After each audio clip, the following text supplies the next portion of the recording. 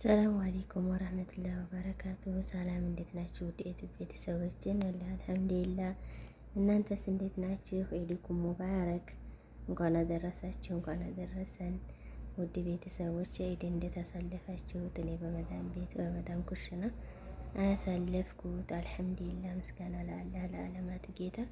እናንተስ እንዴት ነበር ኢዱ? ሰላም አለይኩም ወራህመቱላሂ ወበረካቱ።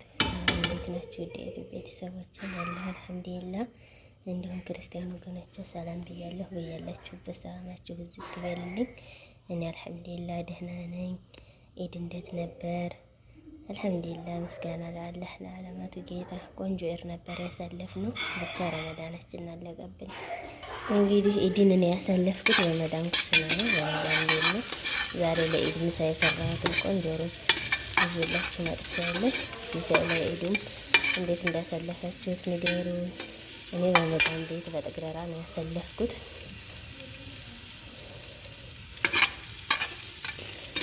ሰቡን ትንሽ እንደዚህ ቆረጥ አድርጌ ጨመርኩበት። ይሄን አሁን አነሳውና ዘይት እጨምራለሁ። እውነት እንደምታዩት ዘይቱ አውጥቷል። ሰቡ በዚህ መልኩ ከሆነ በኋላ አሁን ሁሉንም አንስቼ እጥለዋለሁ ማለት ነው። ውድ ቤተሰቦቼ ሁሉንም አንስቼ እንደዚህ ሆኗል። ዘይት አልጨምርበትም፣ ምክንያቱም ብዙ ሆኖ ወጥቶልኛል እንደምፈልገው። አሁን ውድ ቤተሰቦች በዚህ መልኩ ሽንኩርቴን 2 ራስ ሽንኩርት ነው ለዛሬ የተጠቀምኩት። ትንሽ በዛ ስለሚል የምሰራው እንጂ እኔ እንደተለመደው እንደምታውቁት ጊዜ ሽንኩርት አላበዛም። ሰዎቹ ብዙ አይፈልጉም። ሽንኩርታችንን በደንብ አብስለን እንገረም። እሺ ውድ ቤተሰቦች አሁን ሽንኩርት እየበሰለ ነው። እንደምታውቁት ወርቃማ ከረን ይዟል። ደግሞ ቲማቲም ጋር ቀሪውን አበስለዋለሁ ማለት ነው። ተፈጭቶ የተዘጋጀ ቲማቲም ነበረኝ፣ እሱ ጨመርኩ። እንግዲህ ከዚህ ቤት እኔ በጣም ቀይ ሲሆን አይወዱም፣ መካከለኛ ሲሆን ነው ቀይ ሩዝ ይባል እንጂ በጣም ቅልት ሲል ስለማይፈልጉ በቲማቲም ብቻ ነው የምጠቀመው። ግን የዛሬው ሩዝን በዛ ስለሚል ቲማቲሙ ደግሞ አነስ እንዳይል ብዬ የተወሰነ ቲማቲም ጨምሬያለሁ። ግን በአንድ እጄ ስለሆነ እስተ ብረት ድስት እስተ ግድግዳው ሲሆን ካሜራውን ዘግቼ በደንብ ጨመርኩ ማለት ነው። እኔ ግማሽ ነው የጨመርኩት እሽጉን ማለት ነው። ሳልሳውን የተከፈተ ነበር ግማሽ፣ እሱን ነው የተጠቀምኩት። እናንተ እንግዲህ ቅመማ ቅመምና ቲማቲም እንደምትሰሩት ሩዝ መጠን ይወሰናል ማለት ነው። እንግዲህ ውድ ቤተሰቦቼ በቀደም ሩዝ ካብሳ በዶሮ ሰርችላችሁ ነበር። ደግሞ ዛሬ በለሃም ነው ለኢዱ ቆንጆ ስጋ መጥቷል። በስጋ ነው የምሰራላችሁ። ላይክ፣ ሸር፣ ሰብስክራይብ እያደረጋችሁ ተከታተሉ። አብረን እንሰራለን። ውድ ቤተሰቦቼ እኔ እንግዲህ የተጠቀምኩት ቅመማ ቅመም ጊርፋ በትልቁ ያልተፈጨ አለ፣ በኋራት ሙሸከልና ከሙን ኩስባራ ደርቆ በኋራት ሙሸከል ያኔ የተለያየ ቅመማ ቅመም የተቀላቀለ ማለት ነው። እንደገና ደግሞ ከሙን ደርቆ የተፈጨ እንትን ድንብላል ማለት ነው የተጠቀምኩት። በአረብኛ ደግሞ ኩስባራ ናሽፍ ይሉታል። ከሙን እንኳ ያው ከሙን ነው፣ ኢትዮጵያም ከሙን ነው። እና ደግሞ አንዳንድ ቦታ ላይ ሰባት ቅመም ይባላል ከሙኑ በሀገራችን ማለት ነው። እንግዲህ ስጋችንን እንጨምራለን። እናንተ ግን ቅመም ባህር ዛፍ ቅጠል ወይም ደረቅ ሎሚ ምናምን ካላችሁ ብትጨምሩበት አሪፍ ነው። እኔ ስለሌለኝ የተጠቀምኩት ይሄንን ነው ለሰዓት። ቁንዶ በርበሬ ካላችሁ በአረቦቹ ደግሞ ፍልፍል አስወጥ ነው የሚሉት። እሱን ካላችሁ ብትጠቀሙ በጣም አሪፍ ነው ውድ ቤተሰቦች። ግን ከሁሉም ጋር የተቀላቀለው ቁንዶ በርበሬውም ሁሉም የተቀላቀለ ስላለ ያንን የተጠቀምኩት።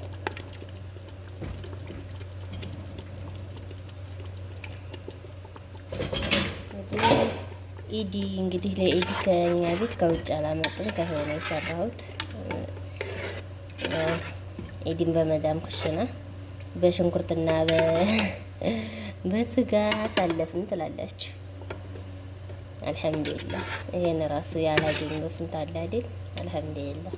በነገራችን ላይ ዋናው የእናንተ የልባችሁ እምነት ነው እንጂ ጀዛ ቤት ሆናችሁ ስራ ቦታ ሆናችሁ ደስታው እንትኑ አንድ ነው፣ እንደኔ ማለት ነው። ዋናው እምነት ነው። ራሳችሁ ስራ ቦታ ሳለፍኩ እጃዛ ሳልሄድ ወይም ቤተሰብ ጋር ሳልሄድ ያላችሁ ራሳችሁን ካጨናነቃችሁ አላስ በድብርት ታሳልፋላችሁ። ግን አምናችሁ ከተቀበላችሁ ምንም አይመስላችሁም። ምንም ያው ነው፣ አንድ ነው። ከዚህ ጋር ደግሞ ሩዜን ቆንጆ አድርጌ አጥቤ እንደዚህ ክዳን ባለው ለብ ባለ ውሃ አስቀምጫለሁ ማለት ነው። ብዙ ጊዜ እኔ ሩዝ ሳጥብ ትንሽ ለብ ያለ ውሃ ከሆነ የሚጨምረው እንደዚህ በእንትን ነው የማረግ። በፕላስቲክ ነገር ሞቅ ውሃ ከሆነ ጥሩ አይደለም። ይሄ እንግዲህ የኔ አስተያየት ነው። የእናንተን ኮሜንት ላይ አስቀምጡልኝ። እንግዲህ ስጋችን ከሽንኩርቱና ከቲማቲሙ ከቅመማ ቅመሙ ጋር ለአምስት ደቂቃ ካቆየሁ በኋላ ውሃ እንጨምራለን። ውሃው ደግሞ በደንብ መሞቅ አለበት። ሁልጊዜም እንደምላችሁ ውሃው በደንብ የፈላ መሆን አለበት ማለት ነው። ለዛሬ የምሰራው አይበቃኝም ስለምጨምር አሁን በድጋሚ ከድነውና እንደገና ሌላ ውሃ ሞቃለሁ። ግን መጀመሪያ እንደዚህ ስጋችንን ጋር እንዴት እናቀላቅለዋለን እንዳይዝብን። በብረት ድስት የምትሰሩ ልጆች ግን እየተጠነቀቃችሁ አደጋ ነው ይሄ። አሁን ውድ ቤተሰቦች ውሃችን ፈልተዋል፣ እንጨምራለን። በነገራችን ላይ ዶሮ ሲሆንና ስጋ ሲሆን ያለው የውሃ መጠን ይለያያል። ምክንያቱም ዶሮ ቶሎ ስለሚበስል አሁን እኔ ለዚህ ሩዝ አንድ እንትን ብጠቀም አንድ በዚህ በውሃ መሞቂያው አንድ ብጠቀም በቂ ነበር ለዶሮ ማለት ነው። ለይሄ ግን ሁለት ነው የተጠቀምኩት። ምክንያቱም ስጋው ቶሎ አይበስልም ይቆያል ማለት ነው። አሁን እንዲህ አድርገን እንበቃለን። ውሃ ከጨመርን በኋላ ለ40 ደቂቃ እንዘጋዋለን። ለ40 ደቂቃ ዘግተን ይሄንን ሱፌራ ነው የሚባለው። ይሄንን በስተኋላ ነው ማድረግ፣ በፊት ለፊታችሁ እንዳታረጉ። ምክንያቱም በአጋጣሚ ልጅ ሊመጣ ይችላል ከመጥበሁ ማለት ነው።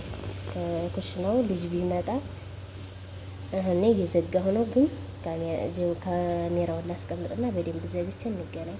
አሁን ውድ ቤተሰቦቼ በደንብ ዘግቻለሁ። ሱፌራውን በስተኋላ አድርጌያለሁ። በዚህ ፊት ለፊት ላይ አጋጣሚ ልጅ ቢመጣ የሆነ ነገር መጫወቻቸውን ወይም የሆነ ማንኪያ አንስተው ቢጥሉበት እንኳን አይታወቅም። መጠንቀቁ ኸይር ነው። አሁን ከ40 ደቂቃ ቆይታ በኋላ እንገናኛለን። እስከዛ እናንተ ላይክ፣ ሼር፣ ሰብስክራይብ እያደረጋችሁ ተከታተሉ። አሰላሙ አለይኩም ወራህመቱላሂ ወበረካቱሁ። ሰላም እንዴት ናችሁ? ውድ ቤተሰቦቼ ያለ አልሐምዱሊላህ። እናንተስ እንዴት ናችሁ? ኢድኩም ሙባረክ። እንኳን አደረሳችሁ፣ እንኳን አደረሰን። እንዲሁም ክርስቲያን ወገኖቼ ሰላም ብያለሁ። ሰላማችሁ በያላችሁበት ብዝት ይበልልኝ ውዶቼ። እናም ኢድን እንዴት አሳለፋችሁት? እኔ በመዳም ቤት በመዳም ኩሽና አሳለፍኩት። አልሐምዱሊላህ። ምስጋና ለአላህ ለዓለማቱ ጌታ። እናንተስ እንዴት ናችሁ?